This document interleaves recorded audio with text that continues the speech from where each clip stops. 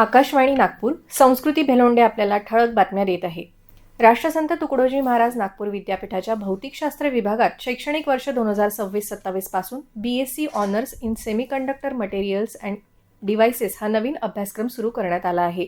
India semiconductor mission 2 आणि राष्ट्रीय शैक्षणिक धोरण 2020 अनुषंगाने तयार करण्यात आलेल्या या अभ्यासक्रमासाठी स्पॉट प्रवेश सुरू असून मर्यादित जागा उपलब्ध आहेत.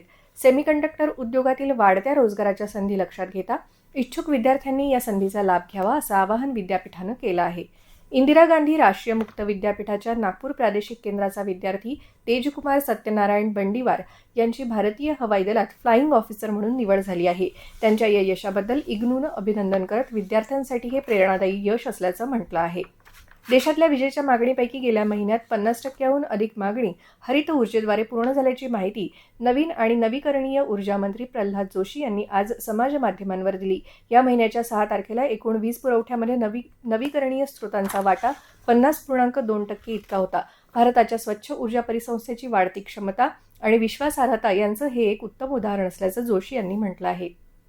राष्ट्रवादी काँग्रेस शरद पवार पक्षाचे ज्येष्ठ नेते अनिल देशमुख यांनी पक्षाचे सर्व 8 खासदार शरद पवार यांच्या नेतृत्वासोबत ठाम असून काँग्रेसमध्ये जाण्याची कोणतीही चर्चा नसल्याचं स्पष्ट केलं.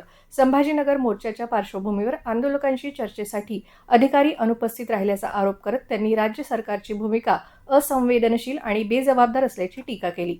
अमरनाथ यात्रेसाठी 8,796 भाविकांची 9वी तुकडी आज भगवती नगर बेस कॅम्पवरून कडेकोट सुरक्षा व्यवस्थेत रवाना झाली. आज पहाटे 3,450 भाविकांना घेऊन जाणारा एक ताफा बालताल मार्गे तर उर्वरित 5,346 भाविकांचा ताफा पहलगाम मार्गे रवाना झाला. 2 जुलै रोजी सुरू झालेल्या या यात्रेत आतापर्यंत 1,73,000पेक्षा जास्त भाविकांनी सहभाग घेतला आहे. याबरोबरच हे बातमीपत्र संपलं. यापुढील बातमीपत्र रात्री 8:42 प्रसारित करण्यात येईल. नमस्कार.